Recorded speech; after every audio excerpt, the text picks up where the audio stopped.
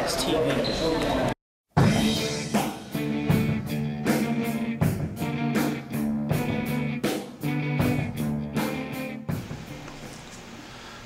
Welcome to another installment of WGS-TV right here on YouTube.com/WrestleGamer. I'm ZFXTV. I'm Billy Boudreaux, along with a good friend of mine from Revamped Wrestling, my old friend Oscar. How you doing, man? Good. How are you, Billy? I'm doing just fine. Here we're going to take a look at Impact Wrestling for the week of August 2nd, 2012. And the show really started during the credits to the previous show, which I believe it was World's Worst Tenets. Because during the credits, they actually went to a live feed backstage between Kenny King, Austin Aries, Bobby Roode, and Zema Ion. And apparently, they couldn't wait for the show to get started, so they started fighting during the credits. So it's always a good thing. And plus, to me, dude, when the wrestling show actually starts before the actual broadcast. Mm-hmm. But minutes before it, eh? Now, normally I would say save Kenny King, Austin Aries, Zema Ion, and Bobby Roode for your main event, because this is main event written all over it. But this was, to me, a really exciting, entertaining way to start out Impact Wrestling.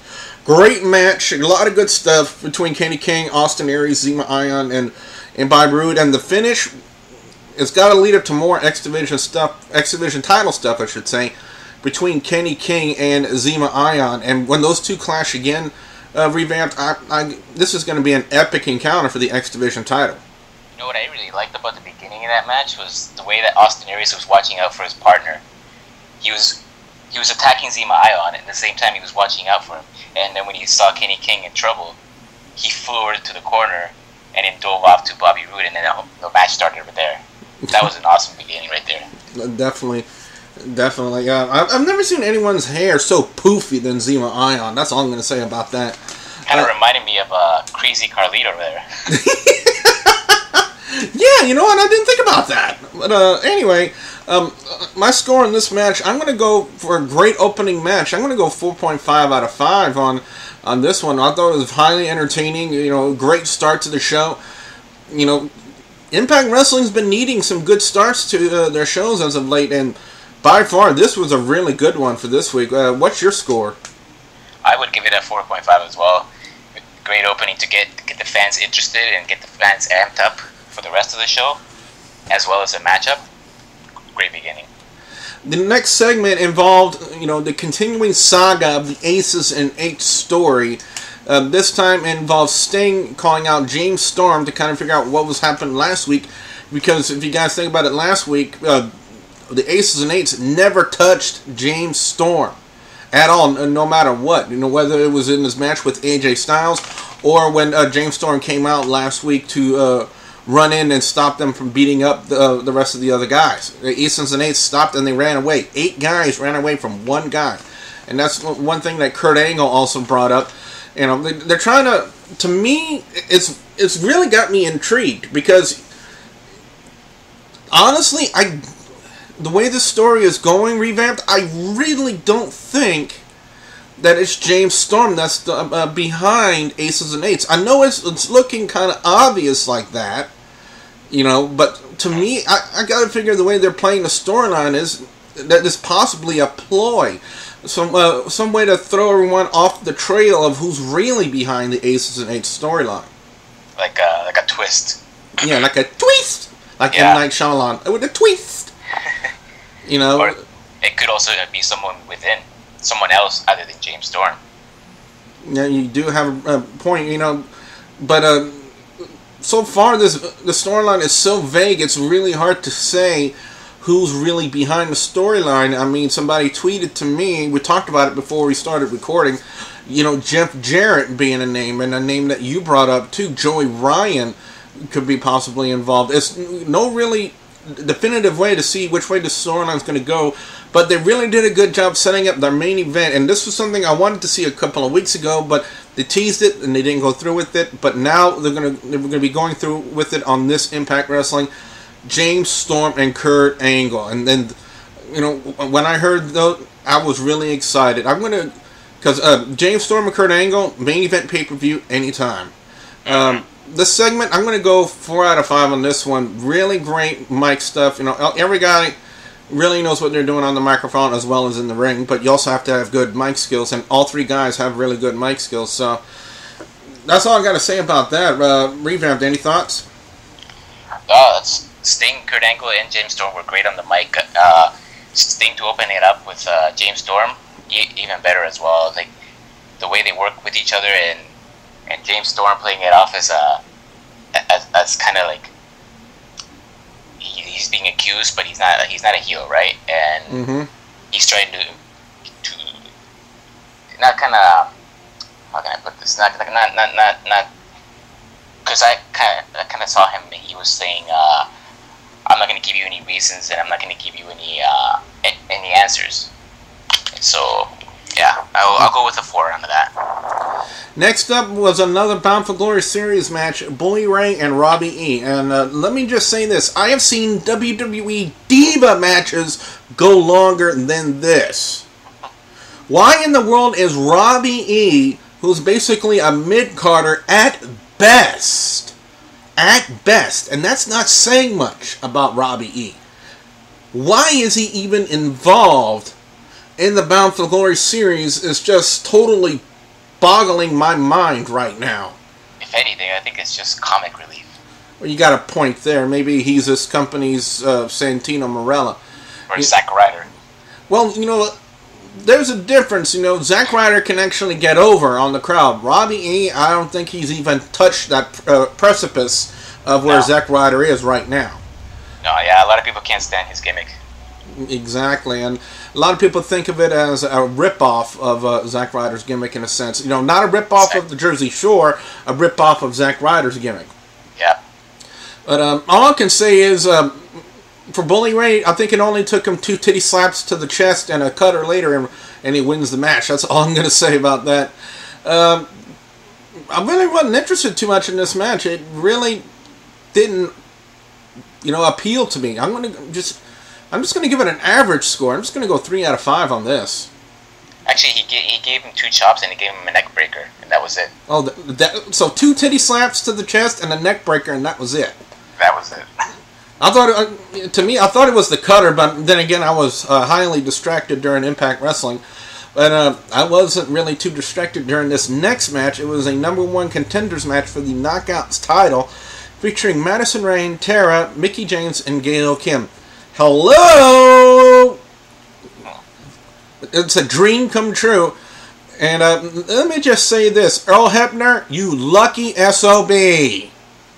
That's all I'm going to say about that. He's got Madison Rayne coming after him, and I don't care what anyone else says, Revamp. Madison Rayne is H-O-T hot. Oh, yeah. I just got to say, I was disappointed with the ending, though. I really thought Tara was heading for the championship match. Yeah, but you got to figure it was going to fall into controversy again, considering what happened last week in the Knockouts match when Earl Hebner declared Madison Rayne the winner, when it was quite obvious that Mickie James had the pin on her. And it was the same situation with this week. Tara looked like she had the pin. Her shoulders were not on the mat, but Earl Hebner declared Madison Rayne the winner. And let's just say this. Earl Hebner, I hope he took his vitamins. That's all I'm going to say. Because that dude don't need Viagra. He needs vitamins. That's all I'm going to say. He's got to have that energy, you know what I mean? But it's still a great match, though. And I've said it before and I'll say it again. This is why I love TNA's Knockouts Revamped. Not only they're hot and sexy, but they actually know how to wrestle. And the thing is, they could be in a WWE ring or a TNA ring, but the performance is different based on the writers and the staff behind them. So whether it's Velvet Sky on WWE Monday Night Raw or TNA Impact is always going to have the best wrestling production for the Knockouts. Definitely. So I agree with you. Definitely. I'm going to, despite the controversial outcome, which I kind of knew was kind of coming with Earl Hebner being the referee and Madison Rayne being in the match. It was inevitable. Yeah, inevitable, but it still gets a 4 out of 5 from me. It was still highly entertaining. It was good to see Miss Tessmacher, actually come on commentary and actually commentate during the match. She's got pretty good mic skills for for her, and since she was associated with Kelly in the WWE with Extreme Expose. I wonder how many people remember that. But, and Layla. And Layla, too. And look where they are. Layla's currently the Divas champion in the WWE. Miss Tessmacher is the Knockouts champion. That says something. That says something. Yes, indeed. I'm going to go 4 out of 5 on this Knockouts match. What do you think? I'll go with a 4 on that one. Definitely. Next thing up, we had a segment in the bag. Sting is talking with Brooke Hogan about the status of her father. And next thing you know, they receive a package and for Brooke. Brooke opens it up, and it's the Aces and Eights card. Now, again, TNA, to me, Revamp, they're going really all out on this storyline to try to me, this would kind of bring in a lot more fans and a lot more attention into the company, because they're actually doing a storyline that's actually going to capture the interest of people, you know, where they're going with this Aces and Eights gimmick. And right now, from what we saw, it looked like the target was Brooke Hogan. Or at the same time, it could be a twist, and she could be involved. You know what? That is an interesting thought. Behind her father's back. That is an interesting thought. I didn't think about that. But, I saw a tweet about that, so that's where I took it from. Yeah, well, we're going to go ahead and leave that segment at that. Next up, we have the in-ring debut, the TNA in-ring debut of Chavo Guerrero Jr. as he took on the not-so-Kid Cash. You kind of get what I'm saying with that inside joke. But, great match. Chavo Guerrero looked like he hadn't lost a step. I mean, he was in great shape, phenomenal match. I was highly entertained, and it was good to see Chavo Guerrero actually, for once, wrestle someone who actually had talent and who wasn't a midget. He carried him. Definitely. It was a great match. I kind of figured that they were going to put Chavo Guerrero over, you know, with him being such a huge name in this business. I don't care what anyone else says. Chavo Guerrero Jr. is a huge name in the wrestling industry. And, well, Kid Cash is a big name, too. Or, as I said, not so Kid Cash. But, some people will criticize him on that, but, yeah. But, it was still a great match. I look forward to seeing a lot of great things.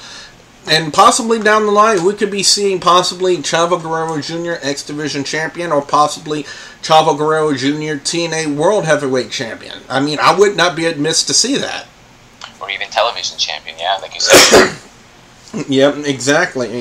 I'm going to go 4 out of 5 on this one. Chavo Guerrero Jr., great match. Key Cash looked good too, but you know, Chavo Guerrero was going to go over, and again, I'm looking forward to a lot of good stuff from Chavo Guerrero. I'm pretty much, you know, what we could possibly going to see here is Chavo Guerrero showing, hey, you were going to the WWE, hey, you're going to stick me with a midget? I'm going to show you what I can really do, and that's possibly what we might see out of Chavo in TNA. Yeah, and just to think that, I don't know if you know, but WWE is kind of, in a way, pushing Vicky Guerrero away. Because WWE pays for, I don't know if you know about the whole thing, Eddie Guerrero, when he died, Vicky Guerrero has been taken care of for life. She's set for life. And WWE wants to get away from that, and they're kind of pushing her away to see if she will quit or just walk away. So who knows, maybe that could happen, and we can see Vicky with Chavo someday in TNA. Your score on the Chavo Guerrero Kid Cash match? I would give that a 4.5. The next up is the Baby Shower by Daniels Kazarian for Claire Lynch. Okay, TNA. This is something that we really need to let you know. I'm begging. All right, for one, yeah, we're begging for this storyline to go away. 2, we all saw the pictures of Claire Lynch and AJ Styles, and in every single one of them involved alcohol and AJ being unconscious. Which leads to the, what will probably be the obvious conclusion, is that Claire Lynch slipped AJ Styles and Mickey, knocked him unconscious, and pretty much probably had her way with him when he was out in La La Land. There we go, yeah. So, that's what I first thought when I saw the pictures as well. But couldn't they gotten a better person to play Claire Lynch? I mean, God, she's awful. Awful. Yeah, I mean, she's easy on the eyes. No, don't get me wrong. That actress playing Claire Lynch, she's hot. She's gorgeous. She's not ugly, no.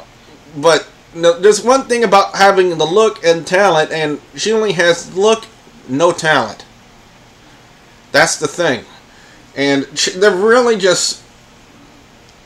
The voice doesn't even go with the acting. It's just terrible. Exactly. It kind of makes me nauseated out just thinking about, that baby shower from last night. Oh my! It gives me like an Excedrin headache. Not even. I'm just trying to calm myself down because it kind of irritates me to the point that TNA is actually wasting everyone's time. Even somebody on Twitter tweeted to me during the show. By the way, if you guys want to live tweet me during wrestling shows, it's at the WrestleGamer. And Revamp, do you have a Twitter? At Oscar Revamped.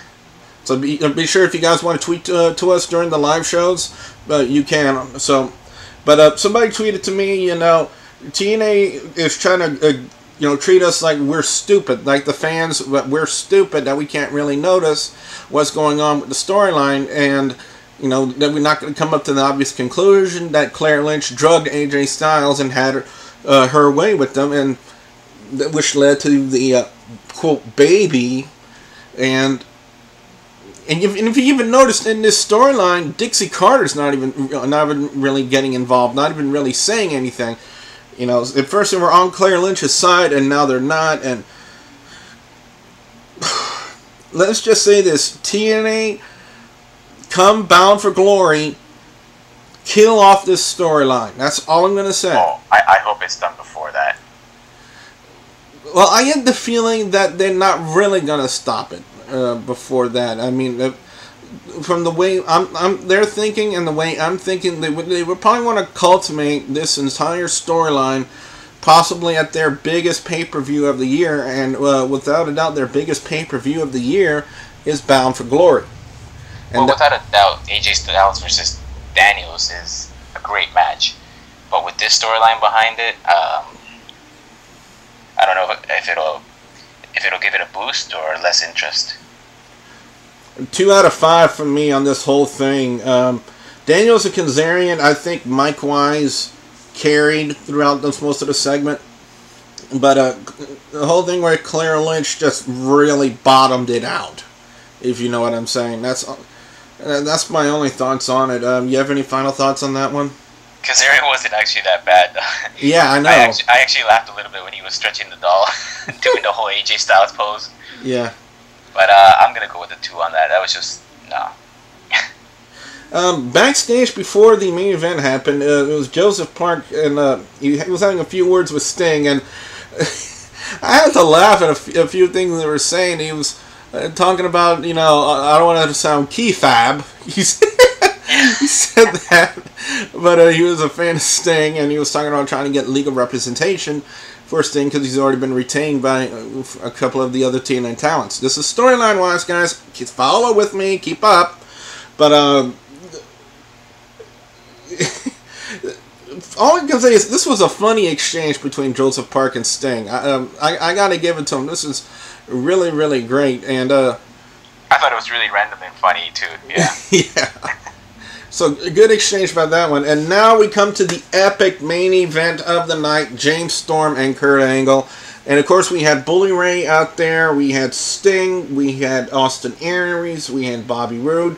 All those guys were out there to, I guess, kind of watch the match and kind of make sure that aces and eights wouldn't come out and interfere in this Bound for Glory series match. And this matchup was every bit as epic as I thought it was going to be. I mean, great in-ring stuff between these two guys. At one point, Kurt Angle had the ankle lock for what it seemed about 5 minutes on James Storm. James Storm countered it, and then hobbling on one leg, connects with the last call super kick, and ends up getting the win and retaking the lead in the Bound for Glory series match. I gotta admit, Revamp, like I said, this main event was every bit as epic as we thought it was going to be. They stop the match every time they go at it. Like the first match, I remember was good, and then the second match they improved on that, and then the third one was better. I didn't think that this one was going to be that interesting if the aces and eights got involved, but with the Aces and Eights not involved, and the way they went at it, great match. Great wrestling match. Just a good main event to put out. 5 out of 5 for me. I thought it was highly entertaining, and I believe possibly maybe with the paranoia, with the sense that Aces and Eights could come out of nowhere, it was kind of in the air. It was kind of in the air, but as the match was over, they were calling out the Aces and Eights, and they did not show up, and James Storm was calling them out, and then Bobby Roode started the whole accusation thing again about him being behind the Aces and Eights, and then Bully Ray, who's scheduled to take on James Storm in next week's Bound for Glory Series match, comes on, and next thing you know, James Storm and Bully Ray start fighting, and it looked like Kurt Angle was trying to step in. It looked like Bobby Roode was going to get involved, and Kurt Angle stepped in between them, and that's how they pretty much ended the show. So we pretty much had a show with no involvement from the Aces and Eights. Possibly, TNA kind of giving us, the feeling, we've seen Aces and Eights the past, I think, about 3 or 4 weeks now, and now we had a show where we had the paranoia, like, where's the Aces and Eights? Where are they going to come out from? Who are they going to get? Who are they going to get? Are they going to get somebody? And I believe that's what they were playing upon. They were playing upon the paranoia of when Aces and Eights were going to strike, and TNA kind of did a good job of keeping that under wraps. And that's a good move by them, because then by next week, people will be like, oh, they're going to pop out any second now. Your score on the main event? 5. Definitely a 5. The ending of the match was great too. Like I said, I expected Aces and Eights to jump out, but great ending. Overall score on this week's Impact Wrestling, I'm going to go with a 4 out of 5. It was a great show. I love Chavo Guerrero Jr.'s in his in-ring debut against Kid Cash. It was great. James Storm and Kurt Angle, like I just said, epic main event. I would give it a 4.5 out of 5, but the whole thing with the baby shower kind of drug it down for me. Great knockouts title contender match between Madison Rayne, Tara, Mickie James, and Gail Kim, despite the obvious outcome. And the opening was just as phenomenal as the ending. We had a great opening to Impact Wrestling this week and a great ending. Great opening with Kenny King, Austin Aries, Zema Ion, and Bobby Roode, and a great ending with James Storm and Kurt Angle. James Storm gained 7 points there. Yep, so he is now in the lead for the Bound for Glory series. So, what's your overall score? I'll give it a 4 as well. Phenomenal match. Yeah. Phenomenal show. Great showing by Impact Wrestling. What we want to know now from you guys out there, the viewers and subscribers, your thoughts on Impact Wrestling this week. Be sure you put your comments in the comment section below. Don't forget to like and favorite this video.